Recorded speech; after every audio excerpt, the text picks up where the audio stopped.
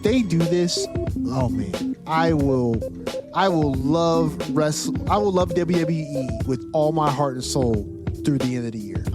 If just through the end of the year, though. Yeah, that's all I can give my all heart and soul. Then my wife and my family comes back. Welcome to the Lariat Lounge. This is the home of smart takes, hard hits, and real talk. I'm your host, Everson Godfrey, co-host Andrew Skeens. Skeener, we are off the heels of a great Survivor Series. I, for one, feel quite vindicated after this week of wrestling. One, because Survivor Series was good. Well, I said one. Let's just go with A because I always go with A. A, it was good. B, all of our predictions for Survivor Series were absolutely spot on. I don't think we missed at all with the 4 matches that were on Survivor Series. So that's a plus. And C, I think my predictions for the Last Time Is Now tournament are actually going to happen. I think they're actually going to happen. Yeah, I was thinking about that as I saw it developing. Yeah, it's listen, I mean, look, there was something that we said on last week's show about Jay that I also think is actually happening too. And that's a great thing. But we will get into all of that because we've had some really great wrestling. If I'm not mistaken, even SmackDown, aside from, our Uncle Howdy spotting, even SmackDown was pretty good. When it's low stakes like that, because you're going into a major PLE, you can just kind of have good matches and not worry so much about the storytelling. So if the storytelling is not that great, you don't have to harp on it too much. But yeah, even SmackDown was not bad. But before we get into any of that, Skeener, you survived the blizzard, sir, and power outage. How you doing, man? Oh, good. Still about 9 inches of snow on the ground in places, and it'll probably be there till spring. So, okay. I hate snow, so. Yeah, I am not a fan. I feel like last year here in Virginia, we got maybe 5 inches of snow at the most. And I was literally on the phone with my mom trading pictures about how much snow we got here versus North Carolina because we don't often get snow like this. So the idea that you have 9 inches of snowfall that's probably going to last until the new year is mind-boggling, sir. Absolutely mind-boggling. I couldn't do it. It is what it is. Yeah. I grin and bear it, I guess. Yeah, look, you do what you got to do when them checks are clearing. I get it. But you're doing good, man. I'm glad to hear that you're back. You got power. You were able to catch Survivor Series. Did you watch it on your phone? Yeah, I did. Okay, I'm assuming because you had all that snowfall too, you weren't even able to get any pizza. No. Oh, no. Man. Didn't wasn't gonna go out and wasn't gonna make someone deliver it. I don't blame you. It's a smart and considerate thing to do. But that's what we do here at the Lariat Lounge. We are smart and we're considerate. So if you're new here and you haven't heard smart and considerate people talk about wrestling in a smart and considerate way, welcome. Welcome to the Lariat Lounge. Skeener, help our friends let their friends know where they can find us if this is their first time checking out the Rank 196 Pro Wrestling Podcast in the United States, according to, what was that? Apple Podcast? I believe. I think it was Apple Podcast. Yes, let them know, brother. Lariat Lounge is coming at you once a week, every week as a podcast on all your favorite platforms. That's YouTube, Apple Podcasts, Spotify, wherever else you get your shows. We're over on Instagram at the Lariat Lounge Podcast. And as always, the inbox is open at thelariatlounge@gmail.com. Indeed. And listen, we were going to go live for a Survivor Series this past weekend.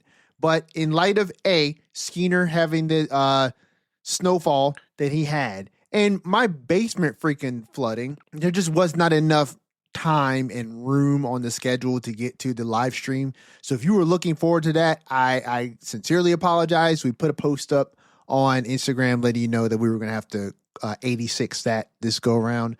But I have no reason to suspect that we will not be going live on the Lariat Lounge live for Saturday night's main event and John Cena's final match.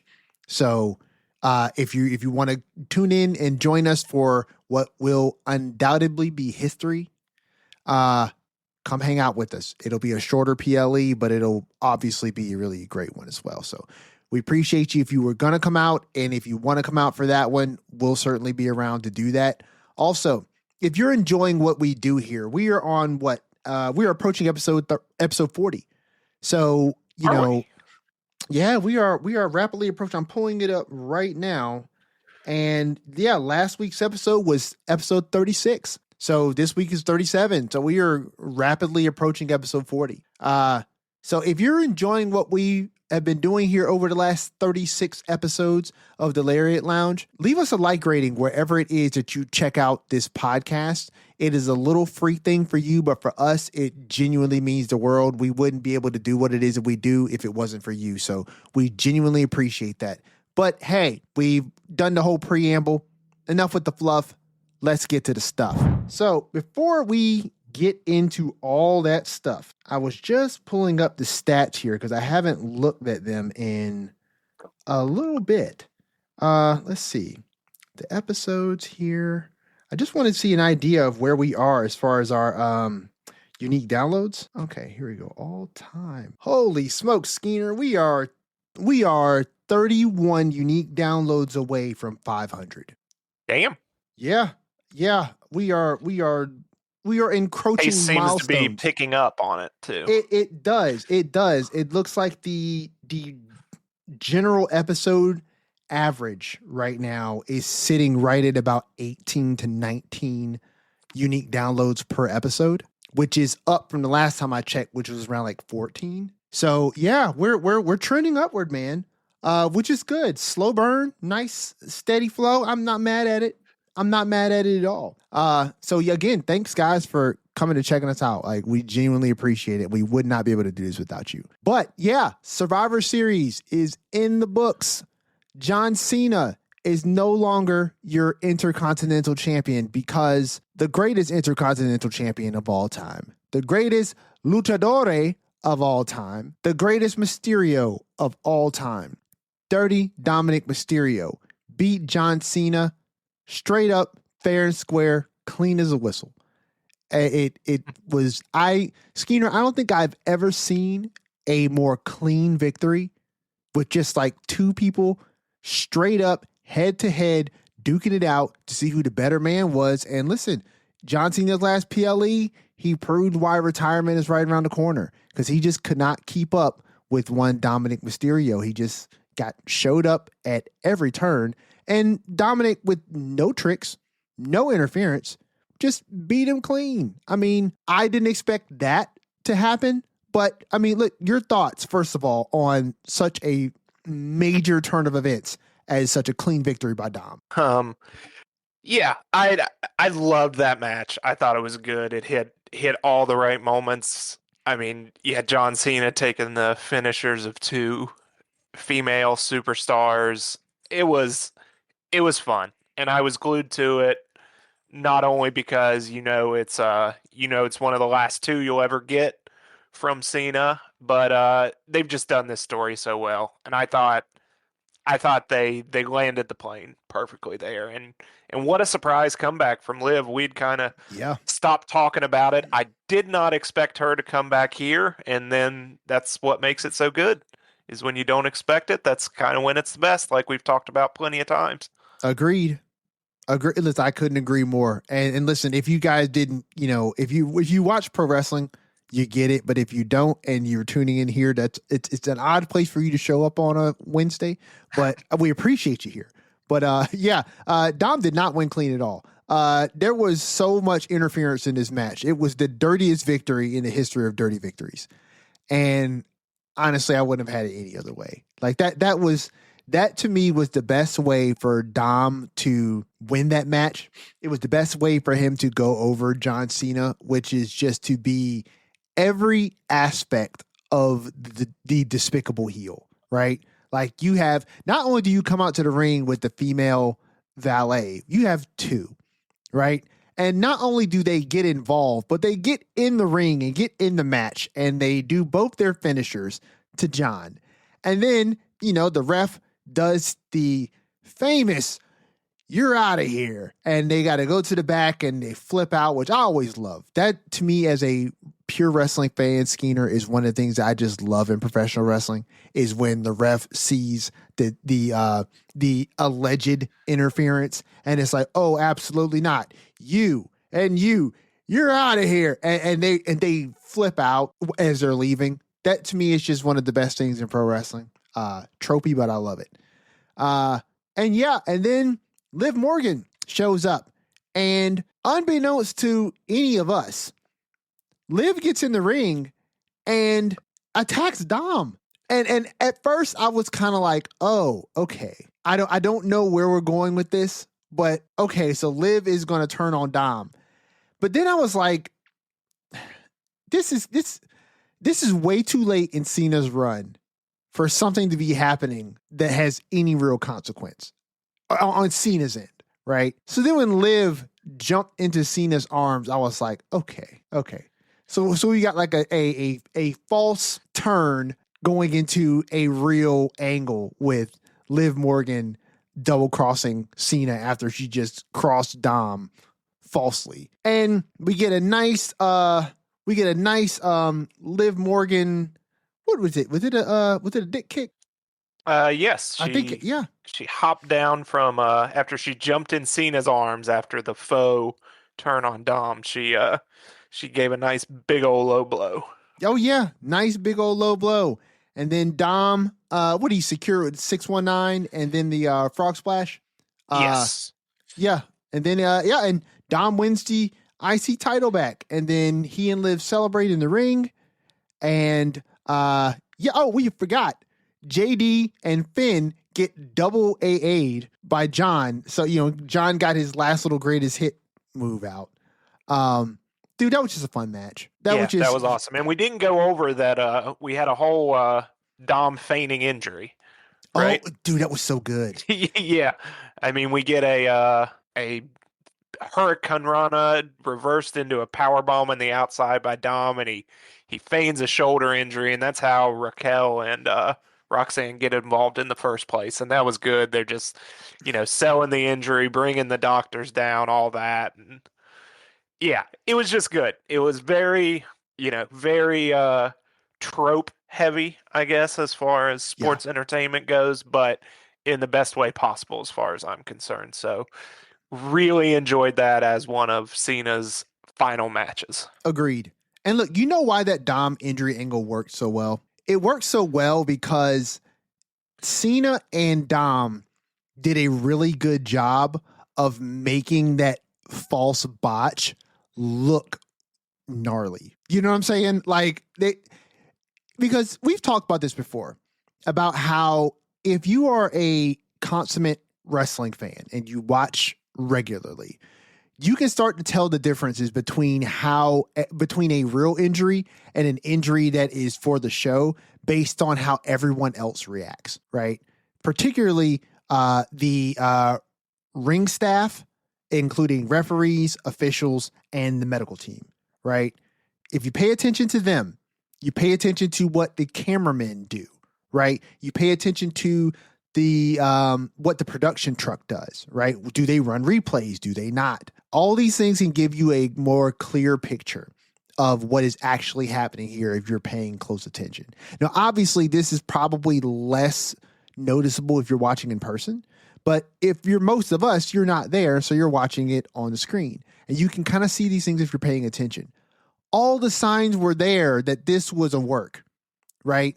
But what sold it was the fact that Cena and Dom played this to where Dom goes to do this Hurricane Rana and John apparently tries to turn it into a power bomb. And the way John is able to muscle Dom down to the ground in a way that looks so freaking gnarly, like he got dropped on like his head and shoulders really high. And it's just like the way that the announcing team sold it, for a hot second, you would think, okay, this is a work.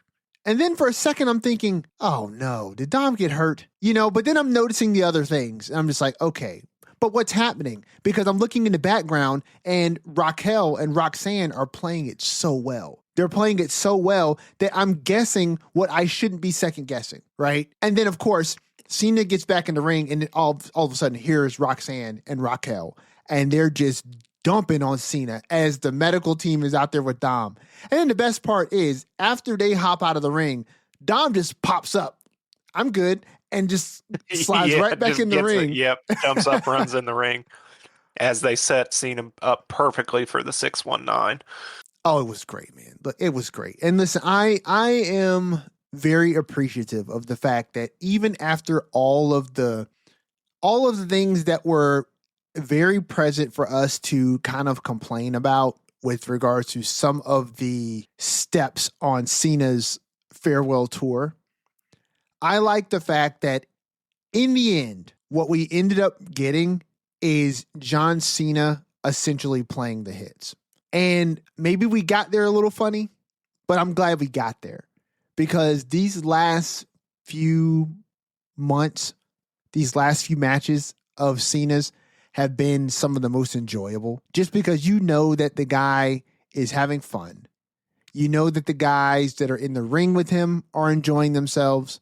And I just love the fact that every person that is involved with John Cena, whether it's directly in these matches or they are in the Last Time Is Now tournament competing to face John Cena in his final match, and specifically the person who wins that tournament and faces John Cena at Saturday night's main event. All of these people are getting such a monumental rub from this guy's exit. I've never seen anything like it. I've never seen anybody do anything like this to such a degree. And as a wrestling fan, it just makes me warm and fuzzy just to know how well this is going to go over in the end and how people are going to be talking about this for a long time and the residual benefits that it has on all the other people involved. It's great because you always want to see new talent, new faces, new people getting pushed to the forefront. And oftentimes you hear about wrestlers who are ones who, they put the locker room in front of them and they want to put over new talent. But never have we seen it, Skeener, in such a blatant in-your-face way, right? As I want to do something that is going to put a spotlight on the next generation of talent here on my way out the door. And I would encourage anyone else who has a name and a brand as big or as close to as big as John Cena's from that generation that when they retire, you attempt at least to try and do something of this caliber to really put over some new faces in the industry and not just people that you're familiar with and people that you like or people that you just simply want to work with. I think that's your prerogative, but I think it'd be really great if you really pass the torch in a very definitive way. You know what I'm saying? So what you're doing is you're sending a big shot to AJ Yep. Styles, who is just getting his old ROH buddies, the War Raiders on TV. Certainly. You getting your old ROH buddies, the War Raiders. Which, by the way, when they announced that, I was thinking to myself, why them? But then I also thought, AJ's got I won't say a whole year, but he's not retiring next week. So, there's time. I'd highly doubt the War Raiders are going to beat AJ and Dragon Lee for those belts. So you've got time to, put some other people into the spotlight. And listen, AJ, for what it's worth, he's put a lot of spotlight on the Dragon Lee. If people are paying attention to it, that's another question. But he's definitely doing a service to one Dragon Lee, teaming with him and holding the tag team titles with him.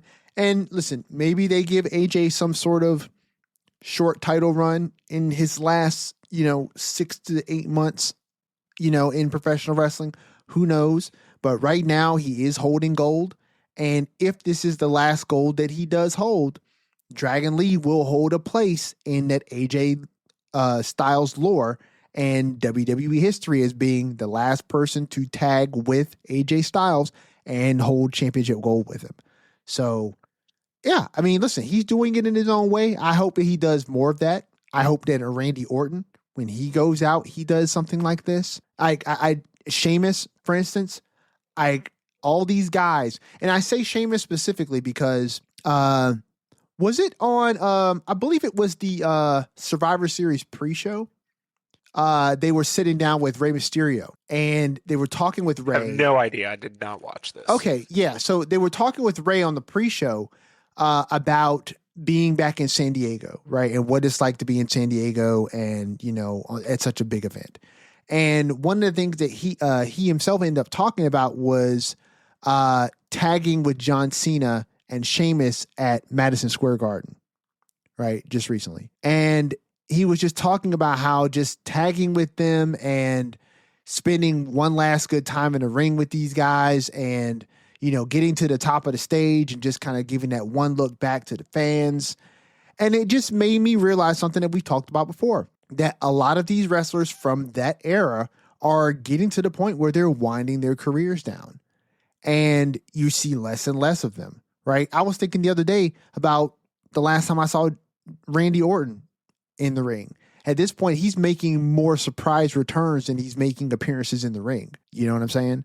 And Yeah, yeah, you're right there. he really is. And Sheamus is not wrestling as much. And Rey Mysterio, he goes on very long sabbaticals now. And then when he comes back, the time that he's in the ring is less than the time that he's in the ring less than he is away from the ring. And that's normal. It's natural. And I get it. And so, I would love to see these guys who are winding their careers down to pay it forward and take a page from John, because I think John is a world-class person and he's doing this in a way that, like I said before, nobody's done it before. And maybe it's a blueprint for others to follow into the future with things that they can do to commemorate their career, cement their legacy, and to raise the floor for the new for the talent that comes after them. So since we're here, we're just gonna jump around all these cards here. Since we're here, let's talk a little bit about the Last Time Is Now tournament, because we're all focused on John Cena right now, and he only has one date left. That one date left is Saturday night's main event, where he will be wrestling his final match against either Gunther or L.A. Knight. Now, Skeener, your thoughts on the semifinals matches. That was Solo Sikoa versus Gunther, and that was Jey Uso versus L.A. Knight. Your thoughts on both those matches, the outcomes of those matches, and then we can roll right into what our thoughts are on the finals that are going to be happening in like a couple of days. Yeah, I thought they were both really good matches. Solo and Gunther, we'll tackle that first because probably less coming out of that. Sure. The expected winner, I think everyone thought. I was, I guess, pleasantly surprised how good they let Solo look. Yes. He hasn't been able to. It's been a while since he's been able to show that, that kind of aggression and dominance in the ring at times. And to be able to showcase that against Gunther is something pretty much no one except Pat McAfee gets to do, I'd say. So, I'll beat that horse until it's deader than dead. Oh yeah, But she did. yeah, but yeah, I thought that was a really good match. I liked I liked how they got it. Solo looked dangerous.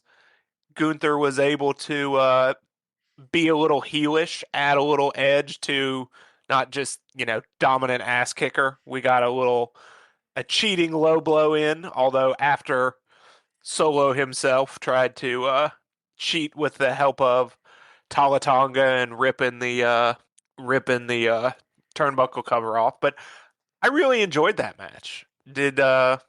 What'd you think? Oh, I thought that match was great.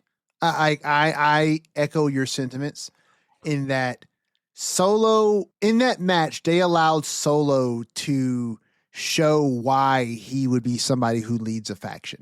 He would be somebody who is the head of MFTs, right? And why he was Roman's right hand You know what I mean? And we don't get, like you said, we don't get to see that very often. But when you put him in the ring with somebody like Gunther, the one thing I kept thinking was you forget just how imposing Solo is when he's standing next to a bunch of really big dudes. But then it's like he's against Gunther. And Gunther, for what it's worth, this is not downplaying Gunther at all. But Gunther is a big guy, but he's not the biggest guy. He's not a small guy by any means, right? He's the best big boy. But there are people who are bigger. There are people who are stronger. There are people who are taller. And so I think part of Gunther's stature is his general presence in the ring, right? He carries an air about him that is above the fray. And that space that's above the fray makes him feel like he's 2 inches taller than the next man, right? And so when Solo gets in the ring with him, and I believe it was, who's on the Smack? No, this is Raw. So this was Wade and Tessitore, right? Yeah, Tessitore, I'm sorry. So, yeah, Wade did a really great job of emphasizing how Solo is not a small dude. Like, Solo is not a small guy. Like, Solo's a big boy. And I remember thinking when I was watching that match, yeah, no, look, there's no reason you should not understand why Solo, who is the younger brother of the Usos, don't need to be in a tag team, because he can body you on his own. And that's what I got in this match with Gunther. Now, yes, he took an L because that was going to happen, right? And, obviously he's got impending beef with one Uncle Howdy. But, he was going to lose that match. There was no way in this world that Solo Sikoa was going on to the finals of the Last Time Is Now tournament. If that was the case, you'd already know that whoever's on the other side of that match against him is going on to compete against John Cena. And you want to give all the cards away that quickly. But yeah, dude, that match was great. I think every one of these matches within the Last Time Is Now tournament has been good, but these semifinals matches were top notch. Like, they were really good in my opinion. Like, even in the other semifinal match, right, which was LA Knight versus Jey Uso. At one point in that match, LA Knight goes to do his patented, run a jump up to the top rope and, do whatever it is that he does. And he slips and he misses, right?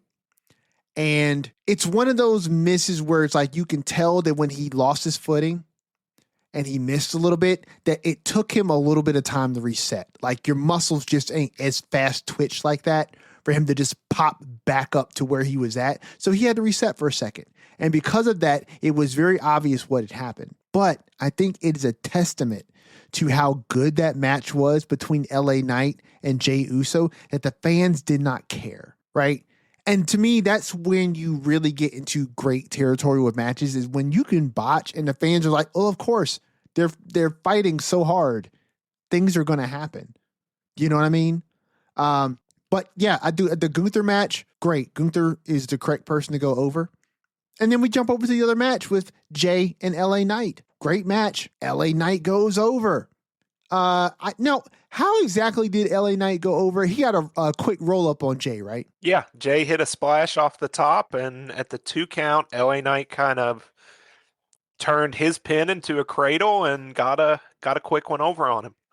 Yeah, which was if they were going to do that, I loved, or if they were, if LA Knight is winning, I love that just coming out of nowhere, because it plays into what I'm sure we'll talk about with Jey and his development. But yeah, I mean, you kind of called this and laid it out, and I was shocked when I saw it happen, and in a good way. I mean, I'm just excited. It was a good match. The crowd was into it. The crowd is reacting to Jey mostly positive, but the people that aren't overly positive with Jey are overly negative, which is a good thing.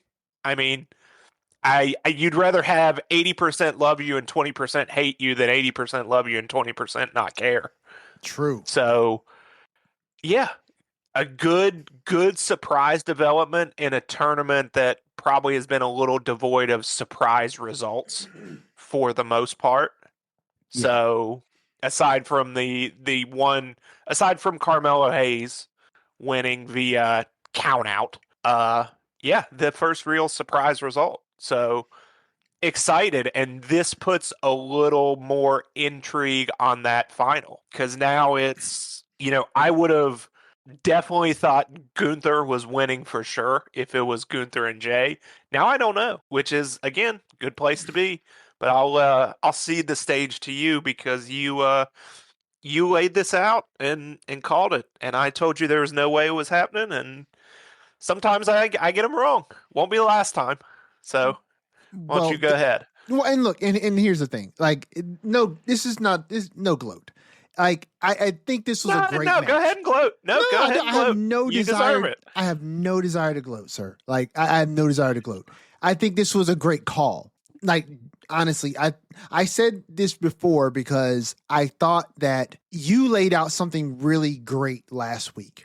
And it's what solidified my decision to kind of stand on what I was feeling. And that is that this storyline that you could have with Jay completely falling off, you know what I'm saying? And have him really kind of buckle and break under this pressure, alongside the fact that we already have this thing that we've been building with Jay and Jimmy and Roman that we have yet to pay off. Okay, that means that the ground is perfect to be seeded further with that story, and it does not require LA Knight to take another big L for that to happen.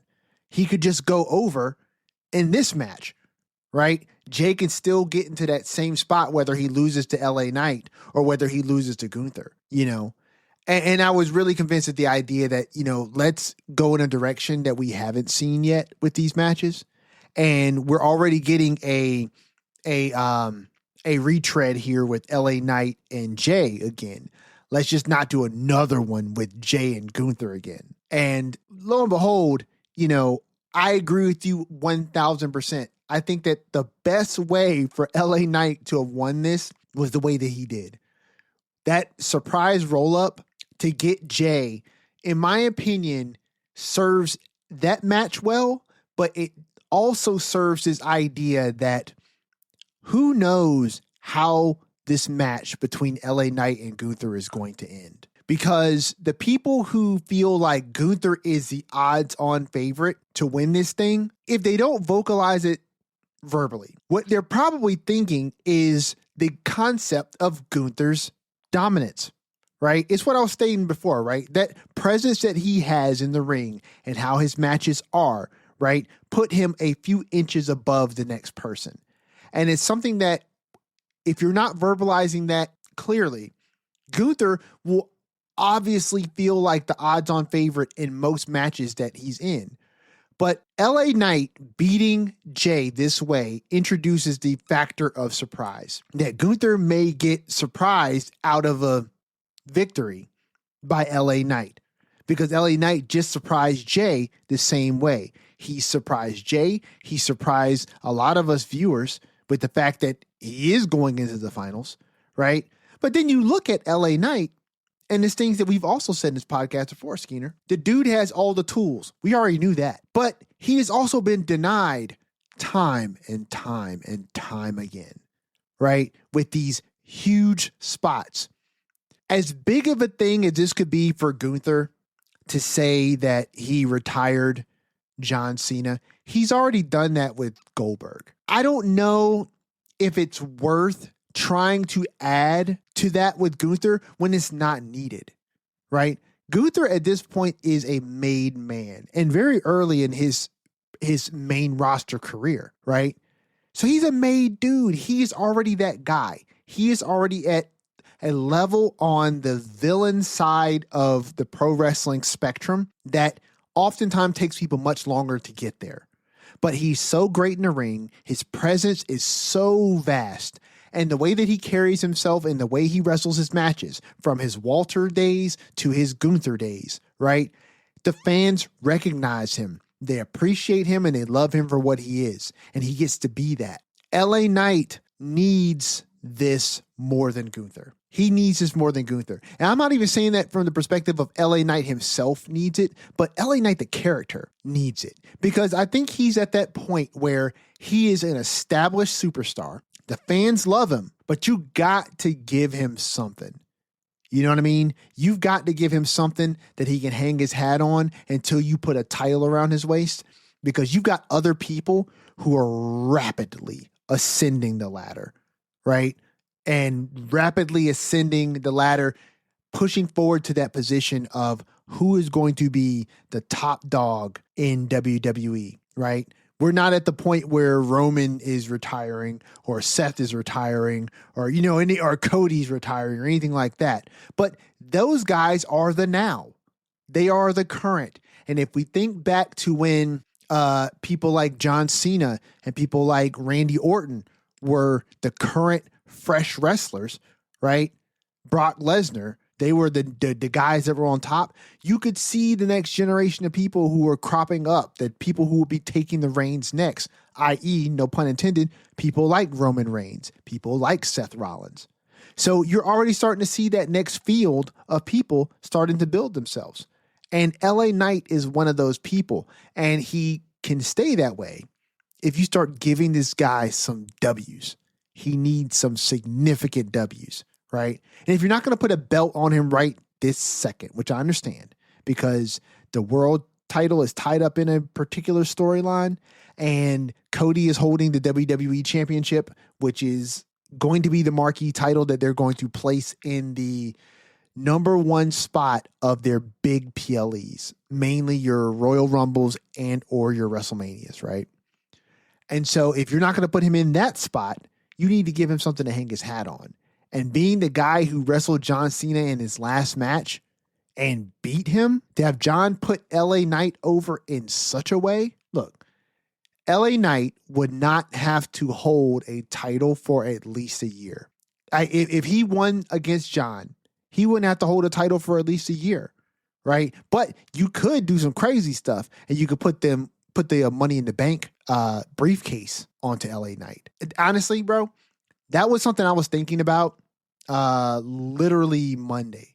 This 2026 Money in the Bank match could be wild. If you take a step back, Skeena, and just look at the field and look at all of the people who are really like nipping at the heels of a world championship run, right? Like they're all vying to legitimately be the next guy up. You've got Dom, you've got LA Knight, you've got Braun Breaker, you've got Bronson Reed, you've got Jey Uso, you've got Penta, and I'm missing somebody. I know I'm missing a couple people. They're just not on top of my mind right now. But like, I don't think you're going to have a 2026 Money in the Bank match that has any filler bodies. You know what I'm saying? Man, if what I'm hearing is real, poor Gunther. What?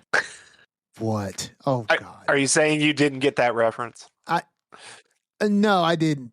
Well, there was a famous tweet by a former superstar who shall remain nameless, Okay. possibly limitless, that tweeted a tweet when Gunther received his new name and essentially prophesized his doom at the name Gunther without Walter. And I was just referencing that, and as you are prophesizing his doom here. But no, jokes aside, I agree with you that yeah, this could be huge for LA Knight, and I'm coming around on it.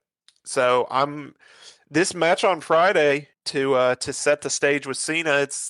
It's a huge deal. It probably should main event the show. I assume it will, and it's going to be a good one. And I've come around on everything you said, and I think LA Knight probably should go on and get this opportunity at this point. So let's just do it. Let's see. But I'll be tuned in. And you're right. We've got a bunch of people in this scene, kind of around this level, this like bubbling under level that it is going to be a heck of a year for Money in the Bank. And the developments we got with Jay, I know the last few weeks or ever since what was that, Clash in Paris, that they kind of just paused his unraveling.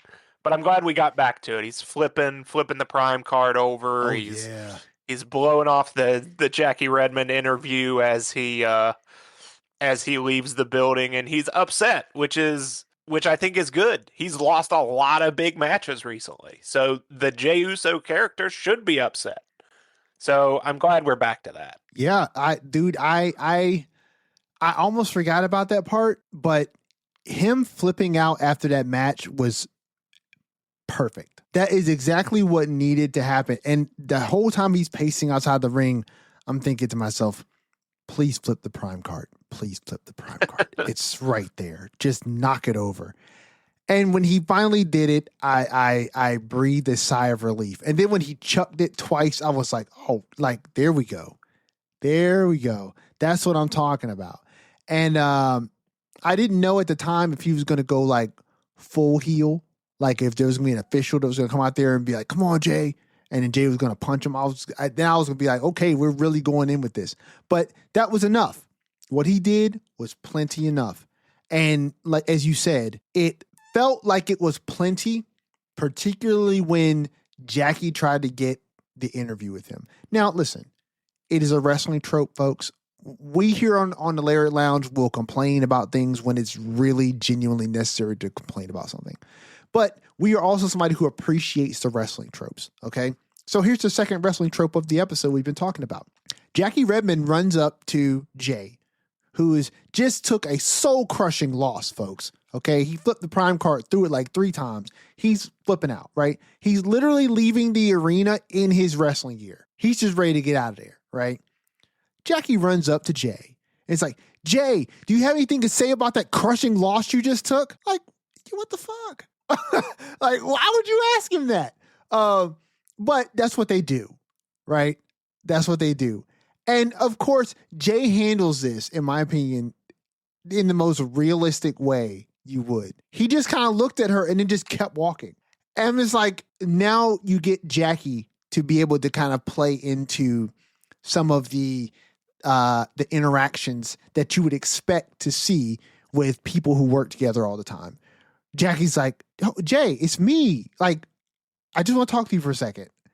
And Jay still don't want to talk. Then he walks away and comes back, and then he has a lot to say. And he says, maybe Roman was right. Maybe the title would look good on him, but not on me. And that was an interesting development, Skeena, because I wasn't thinking he was going to say that. But if that's the angle that we're going with here, where Jay begins to genuinely doubt that he is worthwhile in the main event scene, like, do we get Jay falling back in line under Roman? Like, you know what I mean? No. I think he was just saying, like, we're going back to Roman was right. I need to rediscover my edge and not be so, not be full yeet man all the time. Yeah. I didn't take it that way at all. You're probably right. And it does fit well with what happened in the men's Survivor Series match, because, Jay was going like full yeet man in that match. And it looked it didn't even look almost like, let me not even make that seem weird. No, he absolutely was like in the middle of the match, run it back. And I'm going to go on the top of the double cell, and I'm going to rodeo style yeet with the entire crowd. And when Brock's music hits, Jay looks like, oh crap, I am in a match. And I remember thinking in that moment, Skeena, like, oh, so you just remembered you had a fight that you were going to have to do? And I think that plays perfectly into what you were saying, right? Which is, he's been taking some L's. And if they do this, oh man, I will love WWE with all my heart and soul through the end of the year. If just through the end of the year, though. Yeah, that's all I can give you, my all heart and soul. Then my wife and my family comes back. But if Roman comes into a segment and he's talking to Jay and he calls out Jay's behavior at Survivor Series, oh, chef's kiss. Like if he calls it out and is just like, and what was that on top of the cell? You think that type of mentality is going to get us victories? Did it? Did it get us a win? Did it get you a win? Like that right there will be, oh my gosh, that is perfect storytelling in beats that don't have to be center stage, right? That could be for some people just a throwaway moment at Survivor Series. But for this story, it could be a monumental pivot point to where Jay crossed the line from being a professional wrestler to just being an attraction, to being what the fans who don't like him call him, just an entrance. You know what I mean? He's just theme music. And if Roman pulls that out and is like, maybe you are what they think you are. Oh my gosh. Yikes. That will put so much tension between not just Roman and Jay, but Jimmy and Roman. Because I'm sure Jimmy's not going to sit there and just be like, yo, I'm just going to let you trash Jay like that. That would be so good. I hope they do that. Yeah, I mean, I'm glad we're back on this path because I think this is the best thing they can do with Jay if he's not going to be in the title scene for the moment. Agreed. So back to Survivor Series. We were just talking. Well, you know what? Let's save the men's match for last because that has the most interesting beats here. Even though we were touching on it just a second, we will placate you with another Survivor Series match. Let's start with the women's Survivor Series match. So the women's Survivor Series match, which also started the PLE, which was Rhea Ripley, AJ Lee, Charlotte Flair, and Io Sky. Wait, no. Oh, yes, it's five people. I'm sorry. Yes. Rhea Ripley, AJ Lee, Charlotte Flair, Io Sky, and Alexa Bliss versus Becky Lynch, Asuka, Kairi Sane, Nia Jax, and Lash Legend. It's becoming a tradition that the women open the Survivor Series War Games, PLEs, and I like it. It's a great way to set the tone. Obviously, you don't want to have both of those Survivor Series matches back to back. But I think it's a much better start than opening the card with one of the singles matches or like a tag team match or something like that. So it started with War Games, started with the women. Yeah, if they're gonna have two, have them book in the show. I think is your smartest play. Oh, absolutely. And of course, as we called it here last week, the team of Rhea, AJ, Charlotte, Io, and Alexa go over the team of Becky, Asuka, Kairi, Nia, and Lash. This match was fun. This match was very, very fun, as it usually is. I definitely did not expect the match to kind of end the way that it did. But it works for the story. So the women's match starts fully, just like all the War Games matches start fully when all 10 participants are in the ring and then the match begins, right? So the match is going on. At some point, Asuka decides she's going to pull out the dreaded poison mist. And she, if I'm not mistaken, she goes to mist Charlotte and Rhea. She goes to Miss Rhea and Charlotte pushes Rhea out of the way. Yes. And Asuka missed Lash Legend. That takes Lash out of the match. And then what happens? I believe everybody does their finishers on Becky, and then Becky ends up tapping to the Black Widow. No.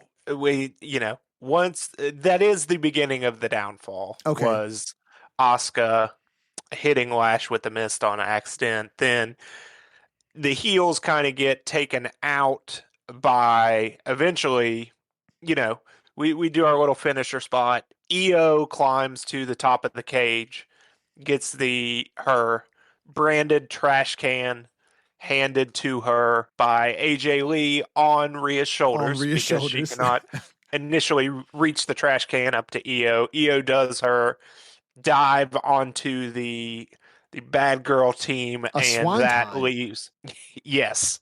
Yes, that leaves Becky, who gives us a good look of shock and horror that she's the one left. She tries to run away and escape the cage, and she's pulled back in. I think she got one finisher and then like ran into the Black Widow.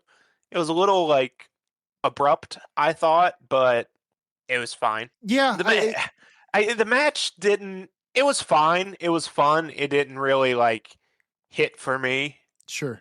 And admittedly, I'm not a huge fan of war games.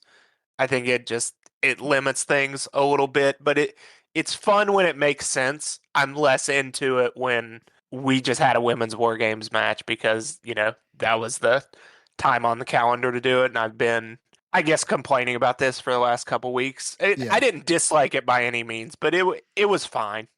I don't You think know what I think we it was? got anywhere or did much for us that we weren't there already, I guess. I know what the problem was for you, Skeeter. They didn't have the cages out there. Yeah, yeah, how about that? We talked about the shark cages and they did away with them. I actually liked that. Oh yeah? I thought that was better. Yeah, because everyone gets their entrance. This is And true. look, we've talked about it before. Entrances and the music and stuff, that's important. It That's is. important and it's impactful. And the fact that now everyone can kind of have their moment in the spotlight to do that and pretty much be the conquering hero, the bad news, oh no, look who just showed up, villain, the savior, whatever. I think that was smart, honestly. I don't, you know what? I don't disagree. I think the cages are fun because they do offer a particular type of dynamic, but I did like the individual entrances. I thoroughly liked when, like for instance, when CM Punk came to the ring and they did his intro shot from down that corridor, and that corridor has all LED all around it. The floor, both walls, and the ceiling are all LED. And him coming down that corridor, I thought was just excellent. I'm thinking to myself, dude, listen, if you're going to go with these more minimal sets in order to maximize the amount of seats that you can put people in these stadiums, and B, cut down on the cost of travel, because I'm sure that's why TKO did that, right? You get more asses and seats. There's more tickets that people will buy, and the ticket prices to these PLEs now are astronomical. And if you lower the overhead by not carrying such expensive sets around with you everywhere, particularly when you can make more money by selling more seats if you have less Titantron available, right? Then, do this where you play clever with the cameras, right? And you give us shots that still feel epic, even if the set itself is not. And when they aim those shots down the freaking corridor, dude, just give me your Titantron video playing on all four walls of that corridor as you come down, and give me that shot of you walking down the corridor, and I will be happy. I can only imagine if they do that for something like the Royal Rumble. Oh my gosh, dude. Just to see someone walking down that long entryway as their music plays, right? And as the fans watching on television, we can still get that awesome feeling by watching that video. And if you're live, I'm sure they're playing that on the big screens that are around the arena for you to see. And dude, I think it achieves the same goal as if you put them in the shark cages, and it achieves the same goal as if they were coming out to a big set. So my hat's off to the design team, because I thought that design was really good. And that was just the first time you all did the camera stuff. Kudos. Continue doing that, because that was sweet.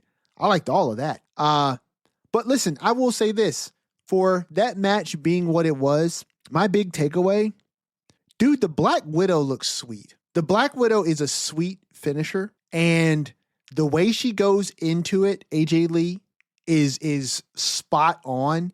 And I think that it's a testament to her and the talent that she's working with, for her to be able to go into what looks like a head scissors Hurricane Rana and then spin into this vine-like submission hold. It looks really cool. It looks way more painful than it probably is. And because of her size and the way that move works, she can literally hook that move on anyone. And that's, to me, is what I've always heard has been the hallmark of a great finisher, is that you can do it on anybody.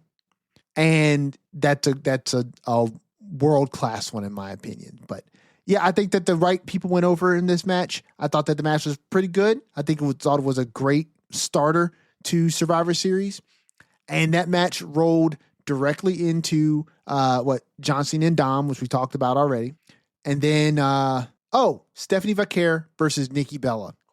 This was probably, and I hate to say it, this was my least anticipated match of the night. Oh, Not because sure. I don't like the people involved, but it just on the card like this, it just kind of fell behind.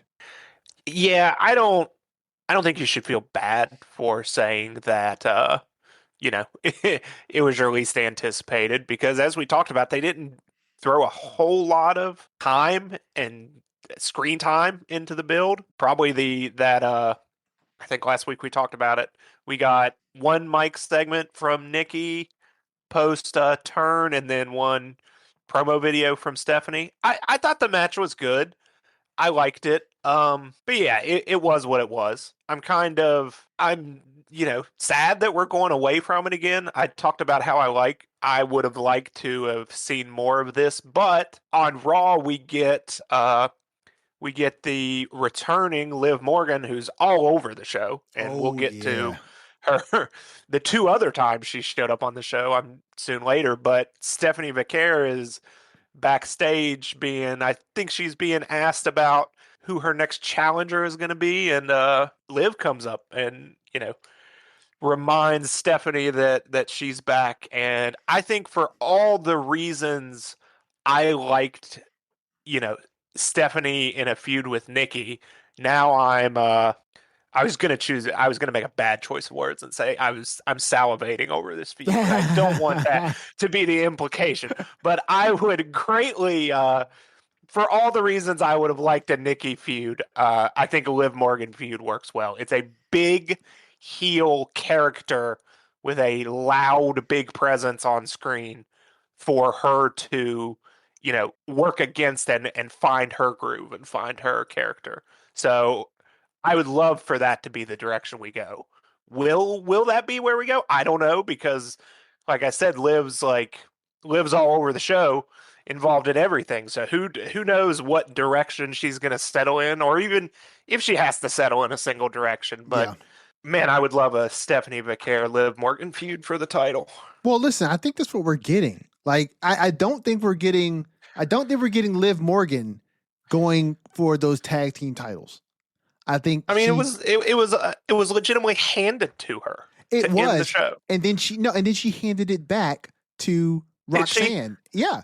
So I must have looked away before that. Admittedly, I must have looked away before the hand back happened. Yep. So they handed the title. She got in the ring and she handed that title, because Raquel was holding one, and Roxanne handed the title to Liv, right? And then Liv looked at the title and she handed it back to Roxanne, and she kind of like pulled her close and was like, "You all deserve this." And then she stood between them. She raised both their hands, and they both stood there with the tag team titles, Roxanne and Raquel. So I think it's been made pretty clear that Liv's not going in the direction of those tag titles. I think she made it very clear that she's going after Stephanie Vaquer and her world heavyweight championship. But I agree with you. I think that this is a great feud for Stephanie to roll into. And Liv, more so than Nikki, is more than capable of carrying this feud, right? And I think that the type of heel antagonist that Liv is, Nikki is not. In that Liv is the type of heel that I think can bring something out of Stephanie that won't have her having to do so many promos, because she can speak more with her fist. I think she's a type of villain that can make you want to punch her in the face. And that's what Stephanie needs. She needs to be pushed to the point where she's going to take the metaphorical gloves off, right? and scrap. And I think Liv can bring that out of her. I will say this. To me, it's all, and you stated this before. Do you think you said this before I did? But when you turn heel, there needs to be some sort of payoff for your heel turn. Otherwise, why'd you do it? And I agree with that statement wholeheartedly. I feel like this had to be a situation for WWE after they made Nikki turn heel that they were going to beat her and move on. I said last week that the only way we continue to get this is if Nikki takes the title off of Stephanie and Stephanie wins it back at Saturday night's main event. Because Nikki has turned heel. If she stayed a good guy and this was a face versus face feud going into some Survivor Series, and then Stephanie wins, and then after the match, they're doing a friendly handshake, and then you do the heel turn, then you could take it a step further, right? You could do what you did at Survivor Series at the next PLE. But, when you make that turn the way you did, I just don't see how you continue this feud and not have just a simple rehash of what we just got. And now, with the way the match went, it's over. Oh yeah, it's over. It's over. And listen, to Nikki's credit, I think she sold the Devil's Kiss better than anybody ever did. I mean on the steel announce table. I didn't know those tables were steel. Yeah, it looked like a very black plastic looking steel, but I mean, Wade's the one sitting there, not me. So listen, I thought it was polished wood steel, but apparently it's just regular steel. So listen, shout out to the construction team that invented steel tables for those guys, because I didn't. Shout out to everyone that's ever taken that announce table bump at this point, knowing it's steel. Listen, it's the same stuff that the stairs are made out of, and now that I know tribal chief showing up and taking an F5 onto the steel table. Yeah, dude.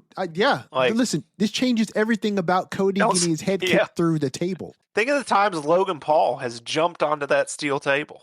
I mean, straight up. Listen, if that's the case, who cares about pulling the wood tables? This is such wrestling nerd stuff. It genuinely is. It genuinely is. Let's say, if you're new here, welcome.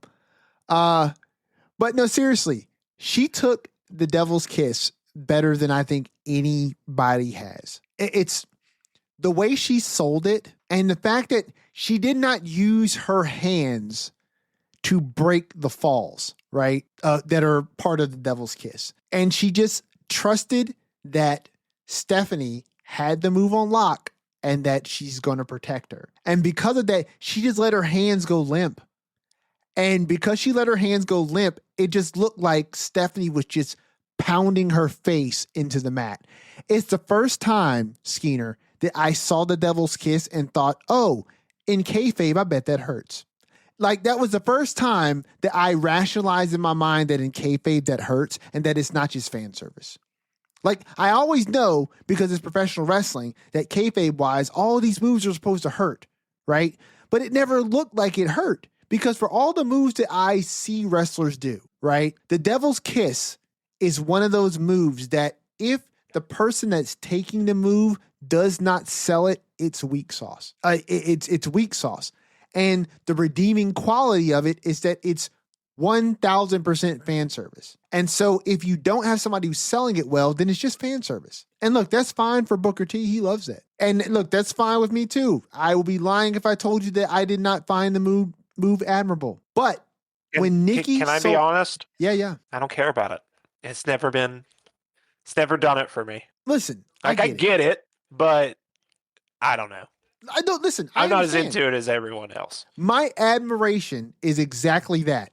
It's admiration. I get it. The woman has assets. Okay. It's fan service. The fans love it. I can see her assets. I understand it.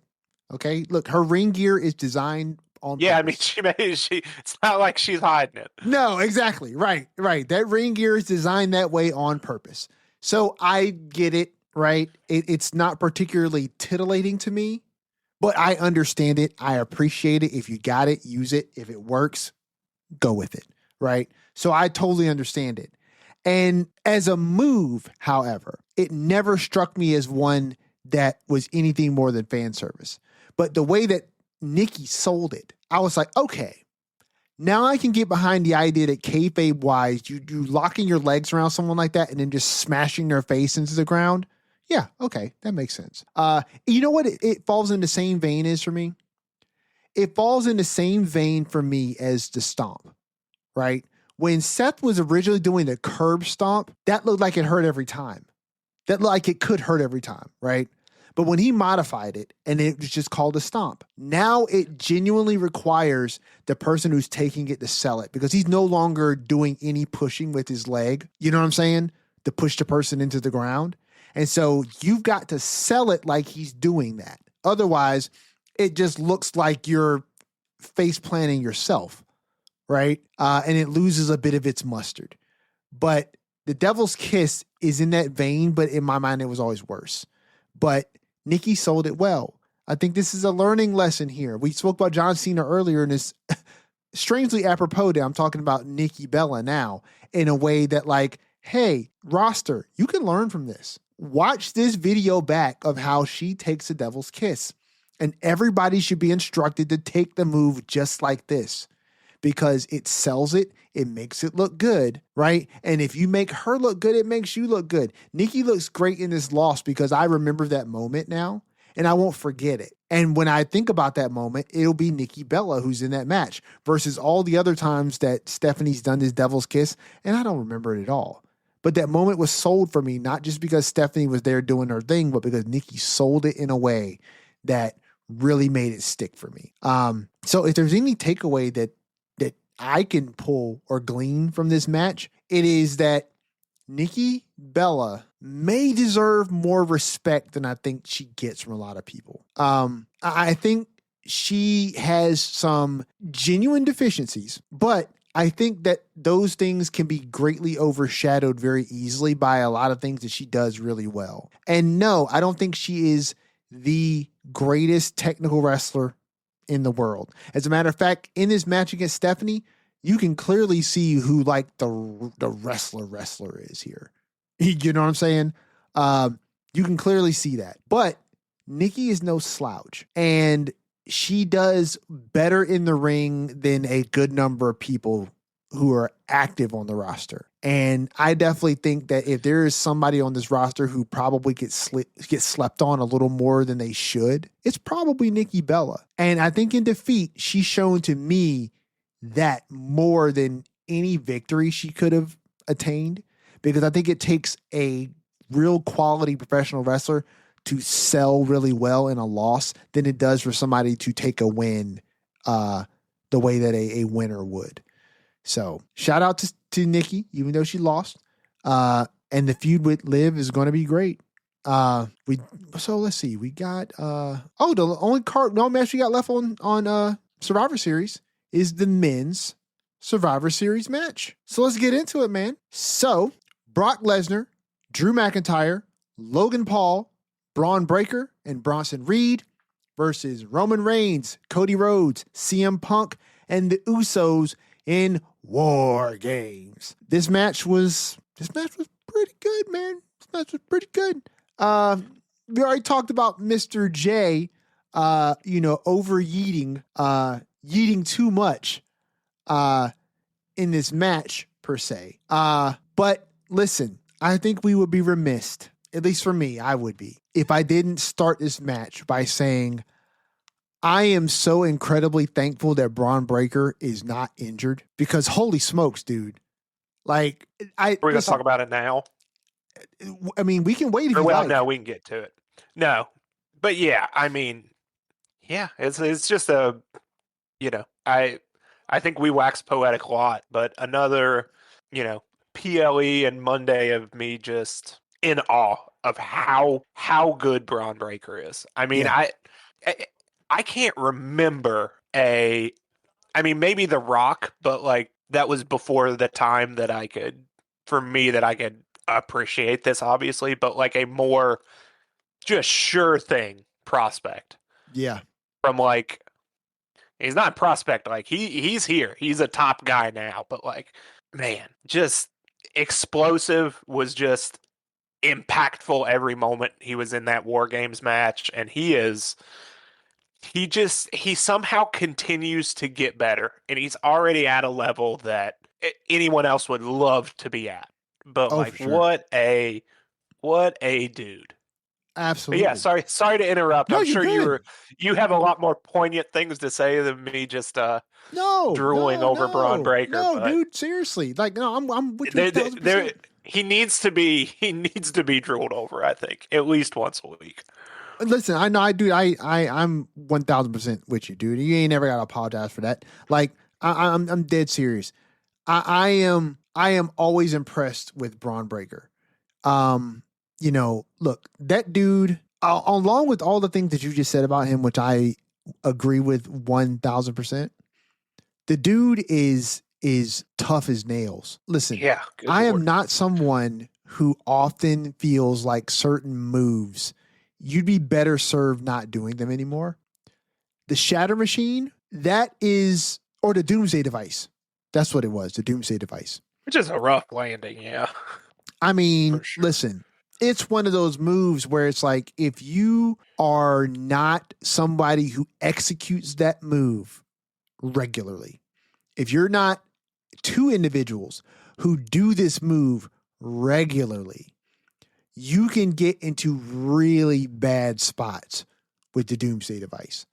Like, you genuinely, I think there's a reason why in professional wrestling we don't see that move as much anymore. And if you do see moves that are like that, typically the individual who's holding someone up is also falling with them because you can avoid situations like what happened with Breaker. So if you were under a rock at that point in Survivor Series, Braun Breaker is on whose shoulders? He's on who has him up, Skeeter? Because I believe Punk is the one who delivered the Cody, flying clothesline. Okay, yeah. Cody had him Cody. up, and Punk comes off the top rope to perform the clothesline. This is the two parts of the Doomsday Device. One person holds the opponent up on their shoulders facing the corner. The other person who's performing the Doomsday Device climbs up to the top rope and does a flying clothesline onto the shouldered individual. They are supposed to flip backwards off of the shoulders of the person who is holding them up. And if you watch Hawk and Animal do this move, if you watch retro wrestling, right? When Hawk comes off the top rope and he hits the clothesline, Animal, who is holding the individual on their shoulders, pushes their legs forward, right? Pushes their legs forward so that the person on the shoulders does a full rotation backwards, right? It gives them the momentum to carry their feet over, their shoulders, and they can have a better opportunity of landing on their stomach. Cody does not shove Breaker's legs forward, right? He doesn't hold him, he just releases him, right? Punk's clothesline does not have enough force to take Breaker completely over.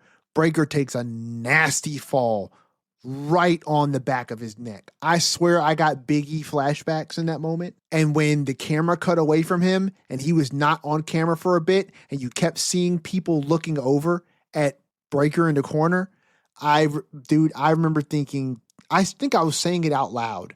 Like, oh my God, oh my God, oh my God. Like, I don't want to see that for another human being, but I swear I got Big E flashbacks and I got so nervous.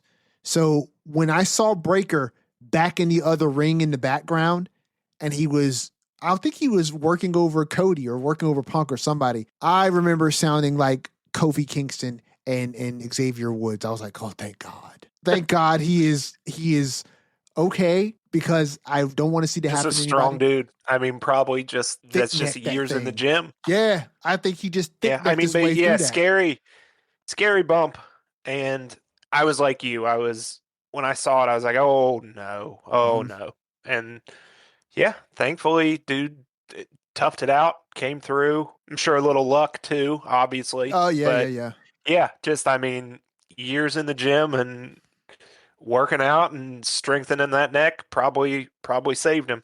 I agree. I agree. And listen. We're not gonna. You know what? I'm gonna hold it off because I'm not gonna overshadow it because I think it deserves its own spot in our show Yes, today. it does. You know what I'm talking about. Yeah. So let's get back to the match, right? So the I don't want to call it Cody's team because it ain't Cody's team. He ain't the quarterback, not on his Punk show. So He thought it was his team. he sure did. So on the good guy team, I believe they had the advantage, right? They did. Okay. No, they didn't. They didn't Okay. because Drew and Logan beat the Usos. Okay, so yes. Oh, they lost on every front. So they did not have the advantage. And I believe Punk started the match, correct? Yes. Okay. Punk started it, then Cody came in next. Then Yeah. Jimmy, then Jay, then our tribal chief. And then for the villains team, I believe Bronson Reed started the match. No. Who started the match? No, Braun, right? Pretty sure Braun. Oh, Breaker. He sure did. Breaker started the match. Braun, Drew, then Logan, and then Bronson, Reed, then Brock. Okay. Yeah. So listen. Because when Bronson came in, he just started tsunamiing everyone. Yeah. He sure did. Which was great. He sure did. Dude, this was easily the better War Games match. Brock did not throw anybody from one ring to the next, which I got that prediction wrong. I knew that this was Brock's first time in this thing. I knew he was going to German somebody from one ring to the other. I mean, listen, Yep, dangerous spot, but I thought they were going to try it. But no, they certainly did not go that route. And also for a hot second, I thought when Roman was coming to the ring, because Roman was the last person to enter War Games. And once Roman gets in the match, all 10 participants are in the ring and the match can officially begin. Now, your team loses if any which is a new of the thing, people. correct? So no, I think that's the way it's always been. Really? Yeah, I think it's the way it's always been. Must have never paid attention. If any person on your team gets pinned or submits or exits the cage, your team loses. So I foolishly thought in the moment that when Roman was coming out, because he was the last person, when Brock stepped out of the cage and he was about to step on the floor, I was thinking, yo, are you serious? Like, well, dude, what are you doing? Like, you're about to throw the match for your team. And at the time I was thinking, I bet he didn't even know he's about to do that. I bet Brock's just being Brock. And I was thinking, okay. Yeah, I wondered that myself. And then, I mean, they sort of explained it on commentary that, the match hasn't started, so he hasn't lost. But I wonder, yeah, I'm with you. I don't know. Yeah, I don't know if that was planned or like Brock just, was going off on his own and was almost screwing up there. Who knows? Yeah, I mean, listen, the not that it really matters. No, but listen, the logic makes sense. The logic legitimate makes sense. When they explained it on commentary, I thought, okay, yeah, that's fine. That makes sense. The match has not started. Can't lose a match if it hasn't started yet. If it hasn't started yet. So, okay, yeah, that absolutely works. And listen, for future War Games participants, right, that could be a tactic. Jump out the ring before the match gets started and beat people down before they get into the match. Like, but would you also be allowed to throw someone out of the cage door and have your team win? Or must you voluntarily exit the cage? No, I don't think so. I think if you exit the ring, your team loses. So I think that could be a thing at some point. Like I could see a world where somebody gets thrown through that door. I could see a world where somebody gets thrown through the side of the cell. Like they've got a weak false wall so that you can do that spot where somebody gets thrown through the cage. Or I could see somebody, maybe not nowadays, but I could see somebody going off the top of that thing through a table. And because they go out of the ring, their team loses. And I think that was what the case could be. So yeah, listen, I think if Roman came in the ring and as soon as he got into the cage and the match began, if Brock came and just like bum rushed him and just like collapsed him in the corner and then threw him back out of the open door and his feet hit the floor, I think the villains would have won. Yeah. Missed strategic opportunity, I think, for everyone. So, but I think they wanted to get their hands on each other. So they didn't want to miss that opportunity. And listen, they certainly did not miss that opportunity because the villains pulled out the victory here. I feel. Oh yeah, that's right.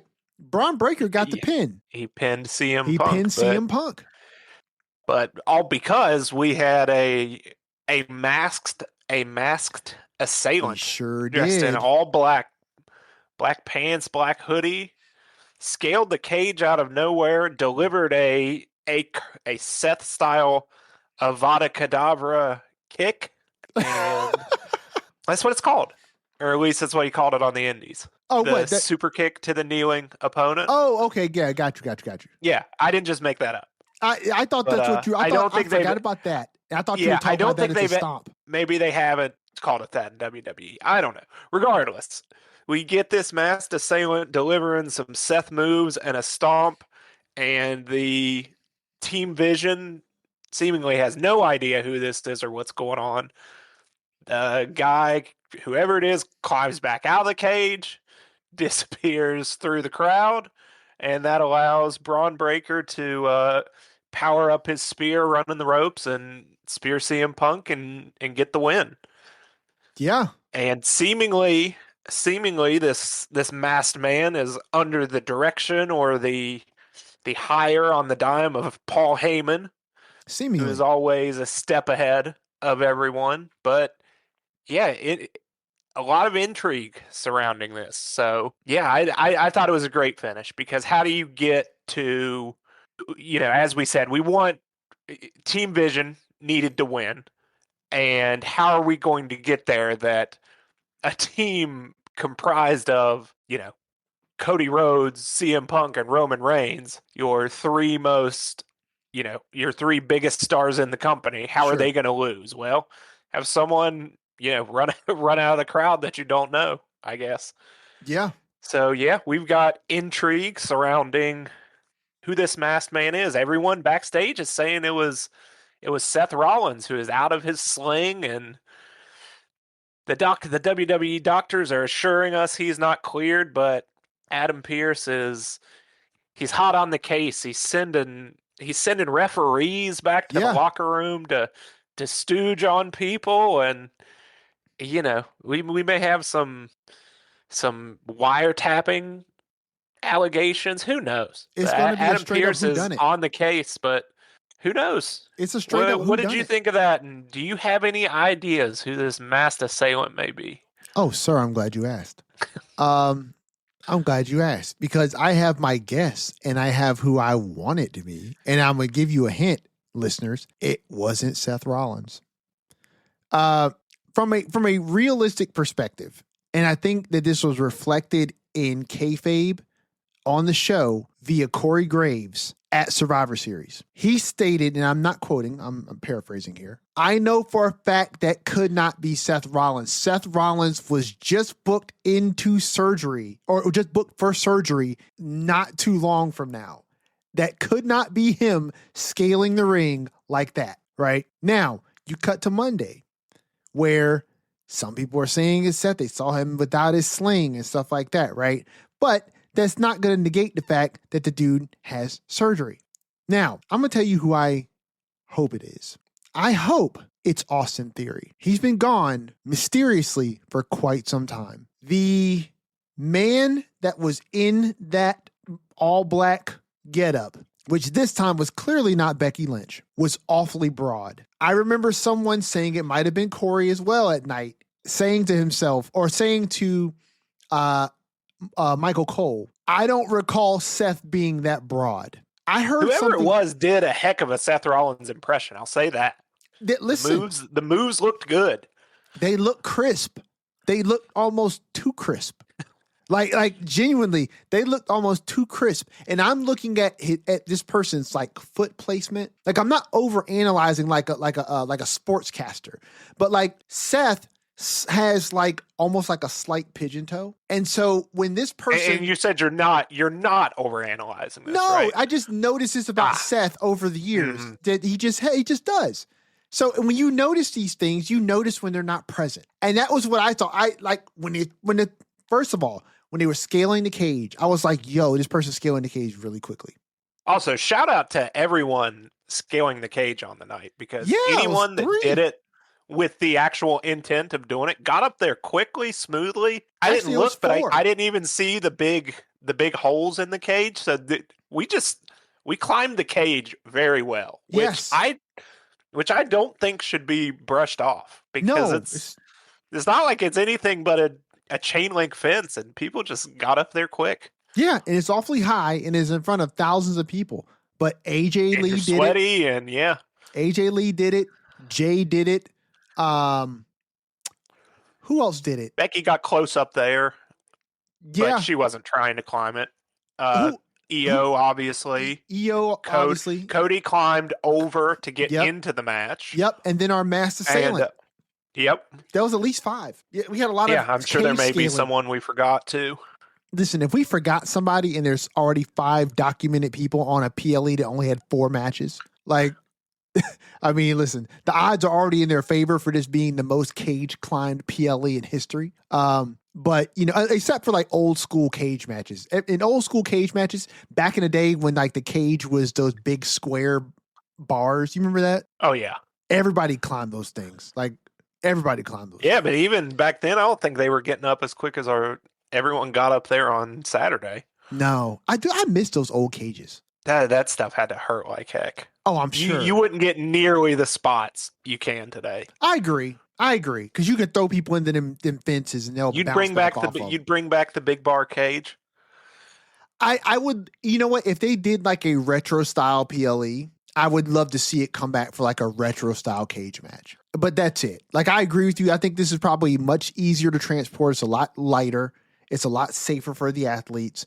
So yeah, I agree. I wouldn't want it to come back full time, but like if they wanted to do it for like a Saturday night's main event, they're doing a cage match and they wanted to bring back the retro cage, I'd be down for it for like a night. But yeah, dude, I think it could be Austin Theory. I heard something online where somebody who also that's thought who that, I think it is as well. and they were saying something about there being some shared history between Austin Theory and Seth Rollins. I'm not entirely sure. Yeah, wasn't he? Yeah, right? I don't remember what it was. I don't remember what that history was. I'm not doubting it. I just don't remember what it was. But I heard that and I was like, well, I mean, it makes a lot of sense. It will make a lot of sense. Plus, you know, where has Austin Theory been? Like, he mysteriously disappeared off of our programming. Wasn't he in Seth's faction when he was the Monday Night Messiah? Oh, he was. I totally forgot about that. Yeah. Holy crap. And Seth, did they have a match when Austin Theory was U.S. champion? But yeah, he was pretty sure he was in Seth's little faction with Buddy Murphy and stuff, right? Bro, I forgot all about that faction. Yeah. Oh my gosh. Oh, well, yeah, dude. Yeah, this makes perfect sense. And listen, it's not Buddy Murphy. I'll tell you that right now. Probably not. So probably not. Yo, yeah, dude, yeah. Come on. It's gotta be Austin Theory. Like, and listen, I like Austin Theory, and I think he definitely needed a rebranding in some way. And I genuinely hope, I don't know why, but I genuinely hope when he comes back, he has like long hair. Like, just something to make him seem like the time away has changed him somehow. Because for him to just kind of come back and he's the same dude in the same shorts and, you know, he's just aligned with Seth now, I think that it will be cool in the moment and the fans will part ways with it relatively quickly. But if this like a heel turn, right? If you show that there's been some development with your character, some growth, and then pair that with a visual change that those who may not be as astute and able to catch the nuances in your character changes, they can gravitate to your physical changes and they'll catch up eventually. But I would love to see him come back with some long hair, something to make him feel different. He needs to change his ring gear. Like, just go the whole 9. Do the opposite of what Cena did when Cena turned heel. Because Cena just kept everything the same. Don't do that. Go in complete opposite direction. Get rid of the A-Town Down music. That music was garbage from the beginning. And change your whole look up and just start fresh. Because he's always had every tool available to be a star. He's always had the look, right? He was kind of short on the microphone, but he can grow in that department. He just needs a fresh coat of paint. And I think this would be a great way for him to do that because the storyline can use the star power because of Seth's absence. And this is a great way to keep this storyline fresh. And at some point, I don't know, at some point, you're going to have some division within the vision. Where that comes from, I don't know. I'm not wishing for its downfall early. I'm just trying to see where the tea leaves are moving. Right now, obviously, is moving in the direction of Logan Paul, who I think he's a pretty good fit for the vision. I think he works. I do too, and I'm surprised that he's still around with the vision. And I like that. I like that he is seemingly a permanent member, which I guess makes sense now that it's Paul Heyman's vision, according to Paul. Yeah. I like that. He is a good fit. And, I've been a very admitted big fan of Logan Paul, so keeping him on TV is good. We had a nice backstage interaction between him and Ray that was great. I loved that. And I like everywhere that's going. I as well think and hope it's theory. I'm sure there are other good possibilities out there. Yeah. But theory makes the most sense. And we've talked about it. We both like Austin Theory, think there's something there. So yeah, let's see where it goes. But obviously we didn't figure out who it was Monday. Paul is claiming no involvement in it, and nobody knows anything yet. So yeah, we got a little hook for our episodic television, and hopefully we can figure something out here in the future with it. Yeah, agreed. And I agree with you that Logan Paul is a great addition to Paul Heyman's vision. I like the pivot. If we're pivoting away from this being Seth Rollins' vision and have it be Paul's vision, then that's great. Listen, Paul Heyman is a star in and of himself. He's a legend. He's a first ballot Hall of Famer, in my opinion, on his own strength. And for him to have his own vision. Too late, because he's in the Hall of Fame. Oh, yeah, I'm sorry. My bad. I don't mean to disrespect you, Mr. Heyman. I'm giving you your flowers even though you already got them. Take that as a sign of respect. You'd vote for him again. I'd vote for him again if I could. But no, listen, Paul's vision is great. Because now you don't have Seth there and you just have this crop of young talent. Whereas Paul Heyman was the guy who would always latch himself onto a new talent, the next big thing, right? The tribal chief. He's now the head of a stable of the next big things. And it makes perfect sense. And like we stated before, Bronson Reed is clearly showing out as being a genius move for that team because he's great. And we've already waxed poetically so far about Braun Breaker, and we're probably about to in just a few minutes again. Oh, yeah. Logan Paul is a great fit for this team. He because we've said this before. This is not new from us and it's not new for other people as well. Despite what you may think about Logan Paul, this guy seems to be built for wrestling.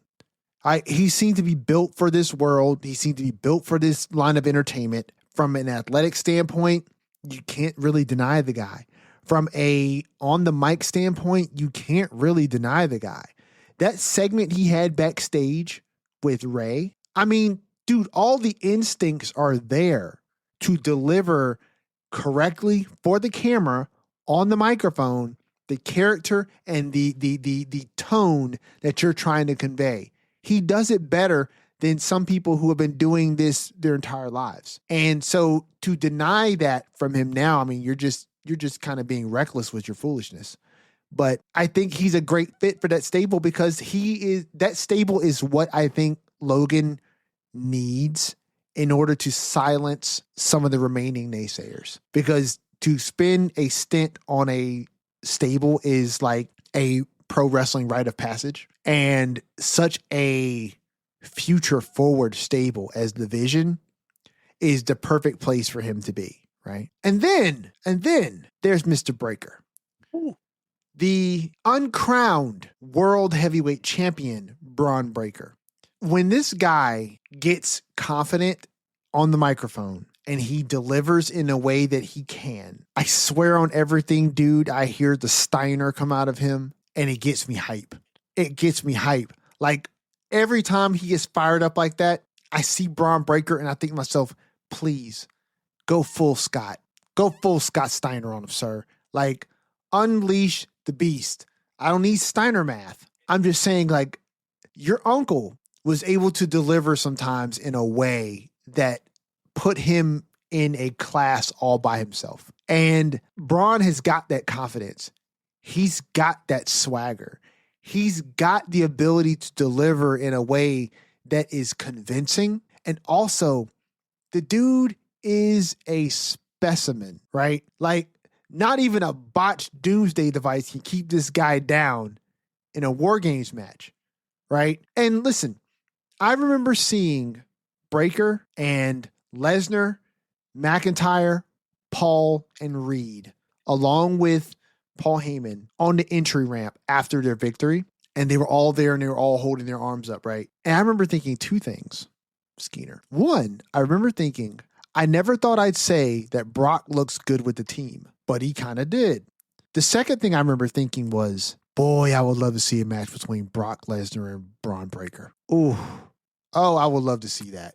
I would really love to see that. And if I didn't know before, I felt for sure in that moment. And then on Monday, that promo, dude, I remember thinking to myself, when he did the callback to Punk stating that, like, it looks like you've arrived, kid. You know, let's see how you do a promo with the big dogs, right? And then he's like, consider that done. And then he I was like, oh my God, dude, this guy. In the middle of cutting his incredible promo. In the middle of cutting his promo. If anyone doesn't know what we're talking about, so on Raw, I believe it may have been within the first few segments of the show, we get Paul Heyman going to Adam Pearce and saying that, look, Braun Breaker pinned your world champion. He needs a title match. And we get that title match announced. Braun Breaker will be challenging CM Punk for the World Heavyweight Championship on the first Raw of the year, live on Netflix, January 5th. So we got a big match coming up, and Braun Breaker gets his time to come out and gets a microphone and the center of the ring and all the spotlight to talk about this match and opportunity, and he delivers in a way that blew my expectations away. Absolutely. And you were talking about Scott Steiner. I'm going to be honest.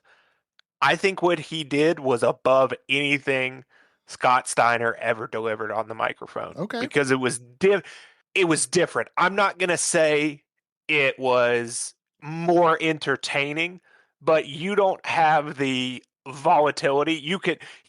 Braun Breaker could stick to the message without, being so erratic, which was the blessing and the curse of Scott Steiner. But this was focused, intense, got the point across. I mean, I think it's one of the most impactful and gripping promos I've seen in a long time.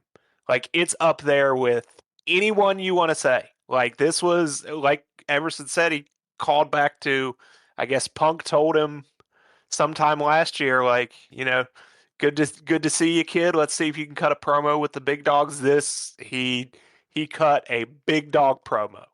And if you haven't seen this, whether you're a wrestling fan or even if you aren't and somehow stumbled onto this podcast, you've got to look up and watch this promo Braun Breaker cut from Monday, because for me, it was an all-timer. And again, another statement that, like, if you didn't think Braun Breaker was it and got it and has it now, you found out pretty quick.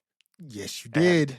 Yes, I'll let you you get back to oh no, you're good. to what you were saying, but like, my Lord, dude, I watched that and it's just like I'm almost shaking my head at like how good it was. Like, it's unbelievable from a kid, still a young kid, and he's this good. Like, it's just an embarrassment of riches WWE has on their hands with Braun Breaker and Dominic Mysterio and Rhea Ripley and all these young talents that are already at the top.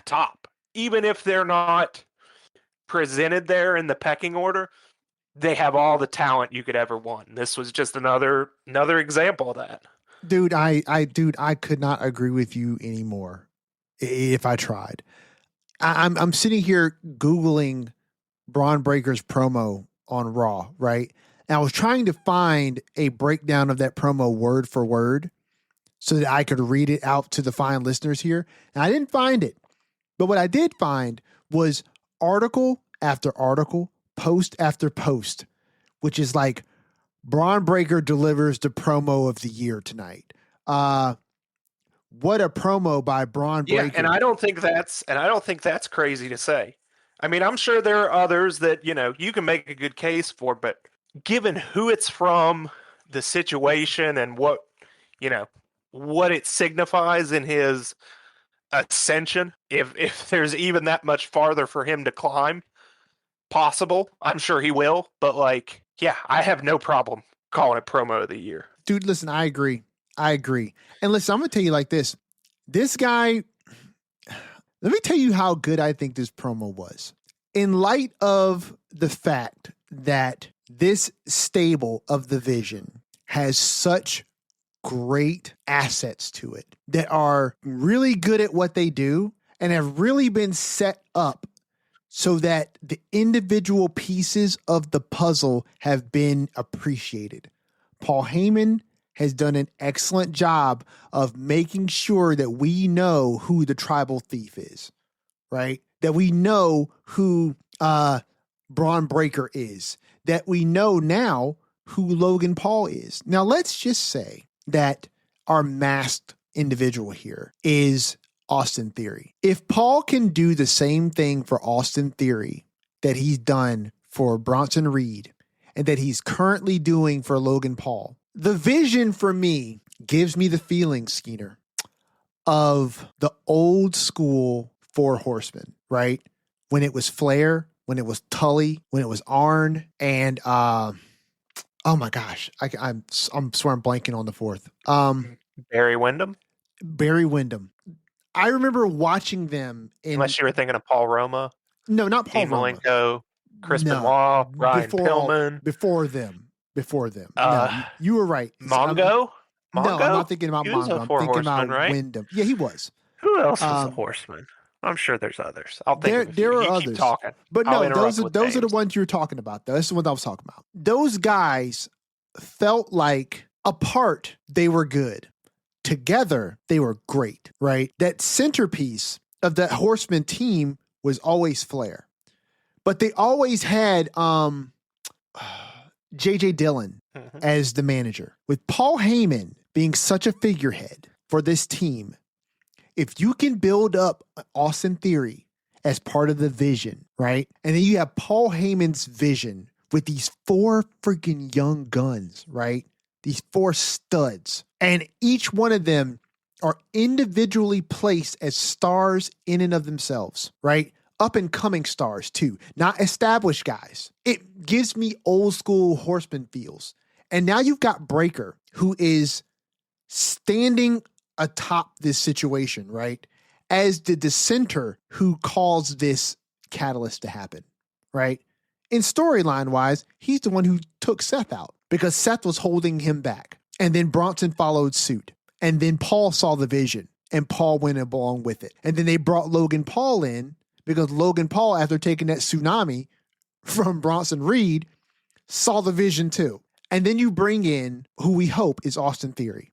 And we figure out the reason why he's here. And Austin Theory is great in the ring, despite what people may think about him. He's really good in the ring. And the dude absolutely, positively, 100% looks the part. And he fits cohesively with this team here. Oh my gosh, I see legitimately a faction that has a legitimate claim to the idea that they could run the show. Like, there are other factions that say we run Raw. And that's cool. I like it for the storyline wise, right? But you've got Logan, who is uber talented, and he's the super rich guy, right?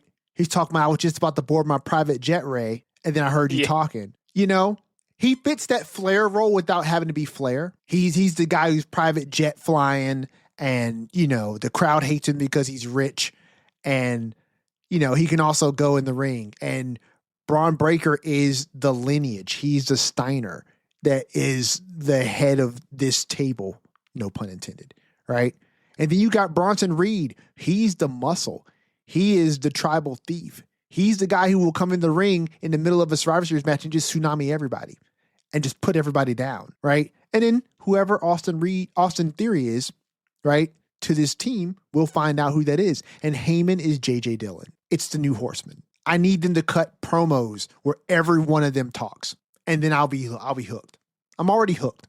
But like, if we get a backstage promo and Jackie Redmond is in the center and she's talking to Paul Heyman, and Paul Heyman is flanked behind him by all four of his guys, and then the mic goes around, each one of them cuts a little promo. Oh, you got me, dog. You got me with that old school right there. I'm hooked, line and sinker all day. I've not been. It's just they've done for, I'm sure, an idea they had great plans with when Seth Rollins was there, to be able to pivot and still have it be something equally good with maybe a different composition and different aim and different way to get to the ends has been pretty great on WWE's part. And I think people probably won't give enough credit there, but you know, they had to probably significantly reshape plans and ideas for the vision when, you know, your leader gets hurt for a long time, and they've come out of it in a really, really good way. And I agree. Credit to everyone involved, performers, writers, all that.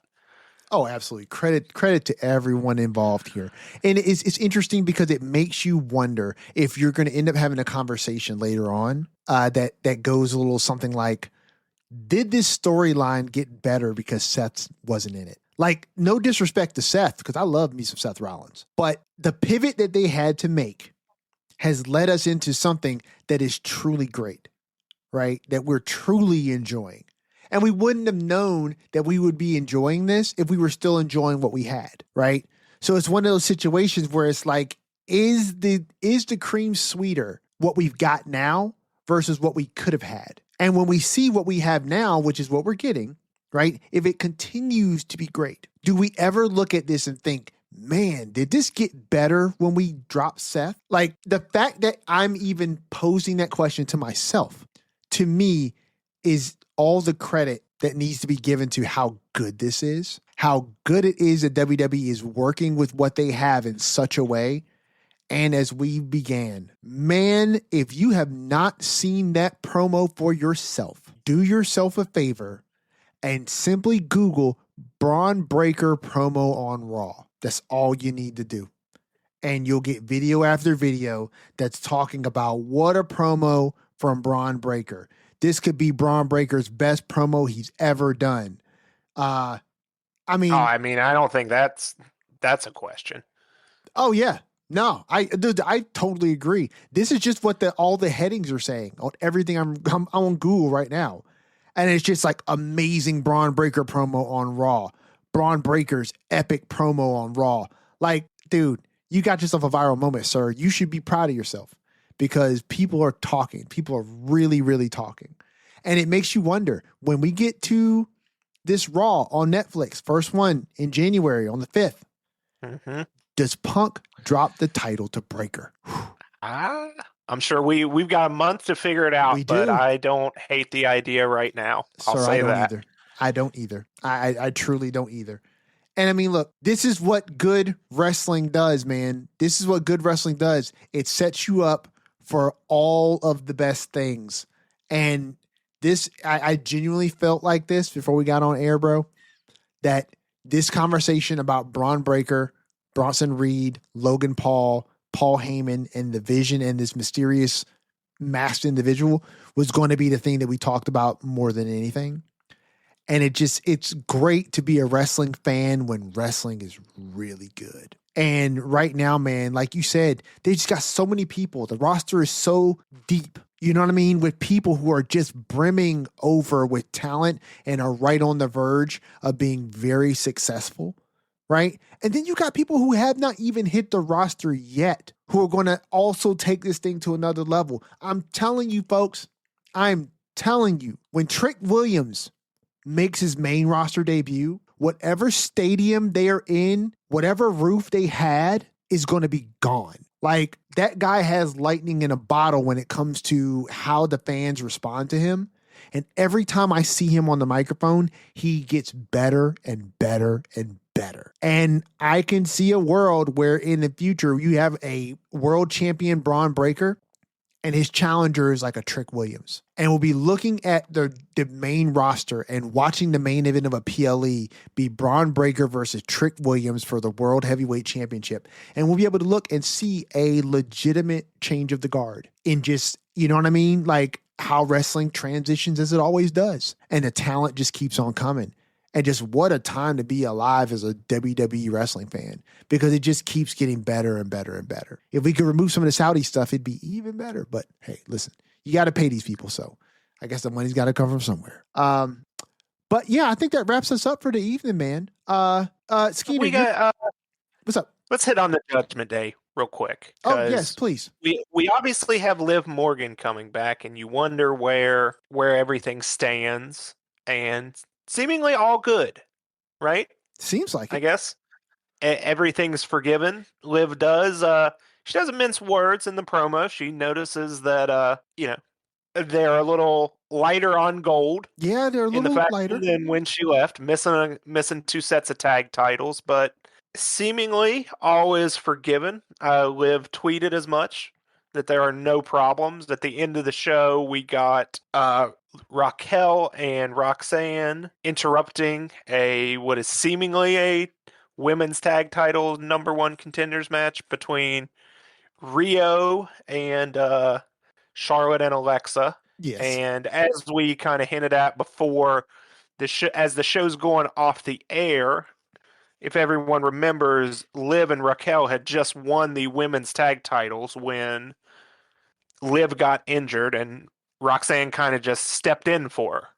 Right. So, Raquel and Roxanne are about to lift the tag titles up to hold the show, but Roxanne bends the knee to Liv and hands the tag title to her. But I guess, as you said, Liv handed the title back to Roxanne, correct? Yes. To close the show. So seemingly all things good in the Judgment Day for the time being. Everyone's aligned. Liv is back in seemingly the leader role of the faction now, and I guess we can just pick up where we left off. I mean, look, let's look at the cards as they currently lay, right? So Dom currently is the only gold holder in the Judgment Day. Now, Liv has declared, unofficially, but she's declared that she's eyeing Stephanie Vaquer's World Heavyweight Championship. At the end of Raw, we get Roxanne and Raquel holding the women's tag team championships high over their heads. Who currently is it's AJ Styles and Dragon Lee. They are the tag team champions. Stylish dragons themselves. Is that what they named themselves? No, remember, isn't that what I couldn't remember, and when you said Dragon that, Lee I was named like them? I thought that might But have they something still that don't was- have a name. They're still cooking that one up, I think. You know what? Unlike when I was complaining about the Vision not having a name, I don't particularly care that they don't have a name. Like, it doesn't matter to me. But hey, while we're here, the finish they pulled off in that tag match, we got New Day versus AJ and Dragon Lee. Yes. How they managed to, I think it's Woods, right? Woods is draped over the top rope, and Dragon Lee hits him with a double stomp from the top rope, and Woods bounces from the ropes with the impact of that double stomp right onto AJ, set up for the Styles Clash. I don't know how they did that. I've watched it like 4 or 5 times. I don't understand the physics with that occurred, and kudos to all 3 of those guys, because that was picture perfect. Like, there wasn't a stumble, there wasn't a slip. to pull that off in the moment, man, that was awesome. And they Look, continue like AJ and Dragon Lee. These matches are really good every Monday. they're And talented individuals.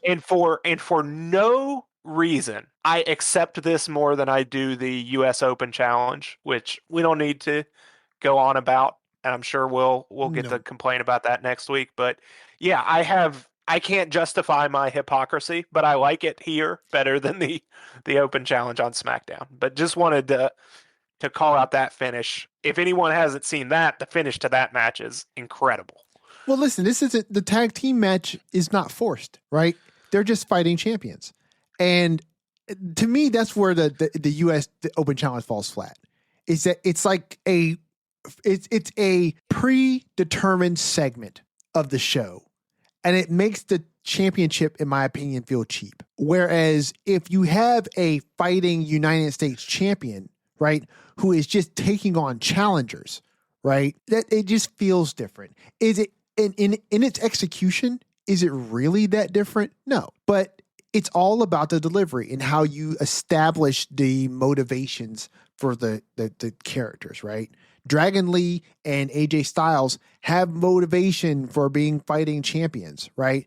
Whereas Ilya Dragunov just feels like you are doing the open challenge, one, because it's a traditional thing, but then it also means that like you're not choosing to wrestle people. You're just doing it because it seems like it's contractually obligated with the title that you hold. And it just feels cheap and doesn't hit the same way. And yeah, no, I mean, listen, there's no need to dwell on it because the open challenge sucks. Like it just sucks. And I wish it would go away. Put some respect on that title's name, but if WWE's not going to do it, listen, I'm not going to bend over backwards to do it. But no, and listen, I am one of those people, Skeener. I'm going to have to go and watch the end of that match because I didn't see it. It was honestly, and I hate to say it, it was one of those matches that I had on while I was doing other things. And so Oh, that's fine, but the finish I had was to catch the finish. I have to go check the finish because I did not see it's one of the most incredible things I think you'll see. It just doesn't make sense how they pulled it off and just pulled it off so picture perfect. yeah. No, listen, I believe it. I mean, all the parties involved are freaking excellent. And so yeah, one thing I want to touch on before we get out of here. Yeah, I got one more thing, and let's see if this is it. The Maxine Dupree promo. Yes. Okay. Yes. In apparently what is apparently the Heart Dungeon. Yeah, the new dungeon. The new dungeon. And she's being let's say broken in by one Natalia. Mm-hmm. And I enjoyed it. It made me want to see Maxine come back as, you know, obviously she's the women's intercontinental champion. I want to see her come back with an edge and ditch the Alpha Academy theme music, get something fresh, get something new. Let's get a little reinvention of Maxine Dupree, because I think that if you're taking the time to invest in a promo like this, which hats off to WWE for leaning more into these cinematic promo videos. This is 2 weeks in a row that we've got these promo style vignettes happening during the show, these video style vignettes, and I like them. So keep them coming. But yeah, I thought it was great. Your thoughts? Yeah, I loved it. It was really good. Seems like Natty is coming back into the fold, which is nice. I like the timing. I think some people, you know, I've heard and seen some questioning like, why are we getting the training montage now instead of in the lead up? But I think this makes sense because it shows that, you know, for lack of a better way to put it, that the Maxine as a character, she's not dumb. She won this title because the title holder's biggest rival helped her, and she knows it's going to be tough to keep the title. As they've made it clear, we've got all these people, and it's seemingly going to be Ivy Nile as her first challenger, but she's got people knocking down the GM's door to get a shot to dethrone her, and she's going back to work. She's going to the dungeon. She's training hard, and yeah, I like it. And yeah, if we could get a little edge and see this, I'd like it too. So yeah, I wanted to point that out too. I'm glad you brought it up. Though, and listen, you hit the nail on the head right there, right? Because it's twofold with that promo vid. It from a storyline perspective, like you stated, it makes perfect sense. She understands where she is and she understands how she won that title. And yes, she trained and she worked hard, right? But for all of the training and working hard that she did, one, Becky kneecapped herself the entire way. And she got help from Becky's biggest rival inadvertently, and she got the win. So she knows that she needs to continue to train and continue to work hard, right? From a storytelling perspective, it signifies that we're not done with Maxine. Her story is just getting started, right? If we, for some of those people who are saying, why did we not do the training montage leading up to her match with Becky? Well, it's simple. If you did the training montage before you got to the match with Becky, essentially what you're doing is the Rocky training montage before he fights Apollo Creed, right? You're essentially building up to the finale of the film. Yes, I understand that there are more Rocky films, but what I'm saying is in wrestling, your sequel is not guaranteed, right? So she wins the match, and now to go into the training just means that winning the Intercontinental Championship was just the start. It's just the start of the story that we're telling with Maxine. Now she's going to go into the new dungeon. She's going to train hard, right? And she's going to take on Ivy Nile, who admittedly is a little bulldog and she can wrestle, right? So she goes to a program with Ivy Nile and she beats Ivy Nile because she's getting better and better and better in the ring. So that way, when you put her in a match in the future with someone like Lyra Valkyria, for instance, right, who can really go in the ring, you have a way of thematically telling this story where it appears that Maxine belongs here. She belongs in a match with someone of Lyra's caliber.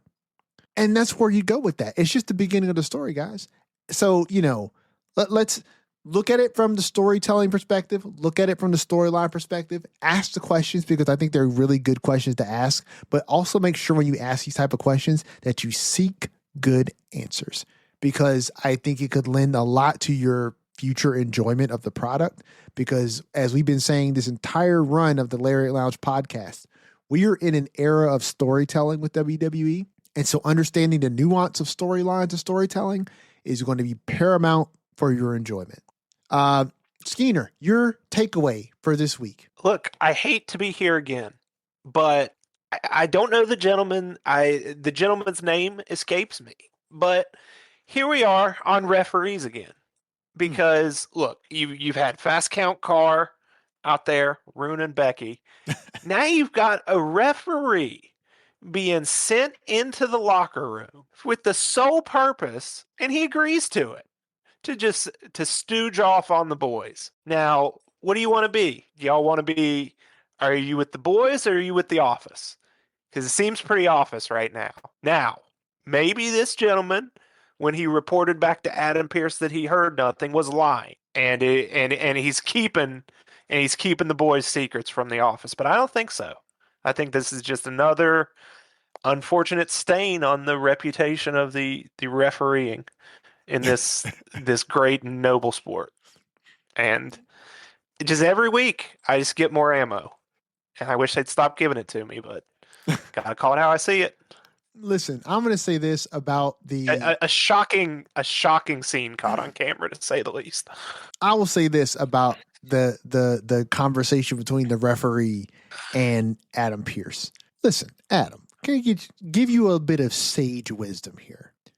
If you want to tell someone to do something and you tell them, hey, don't tell anybody I'm telling you to do this, make sure that little red light that's on the camera that's always around is not on and that you're not cutting a promo for the show. Assume that people are watching the programming when you're like, hey, don't tell anyone that I'm saying for you to go into the locker room and spy on the boys, as if they may not be watching the broadcast right on the other side of the arena. But hey, you know what? That's just me living in the real world, and not the kayfabe space that you all live in.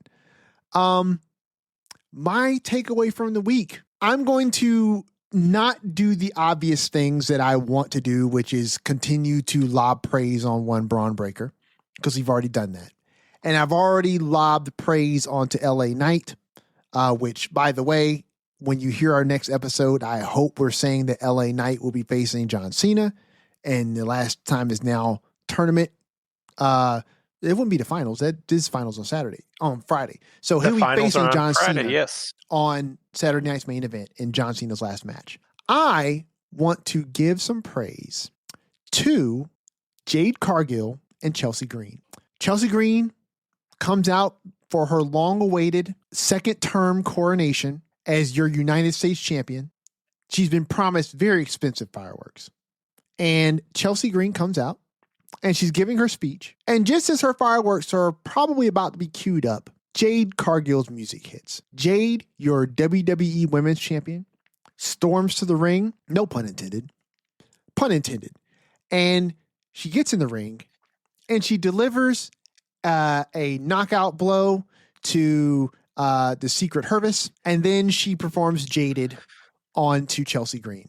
And then she just gets out of the ring and she leaves, right? And just as she's leaving and Chelsea is picking herself up off the ground, her very expensive fireworks go off. And Chelsea is so furious. She's so upset because she's been waiting for this coronation since she won the championship.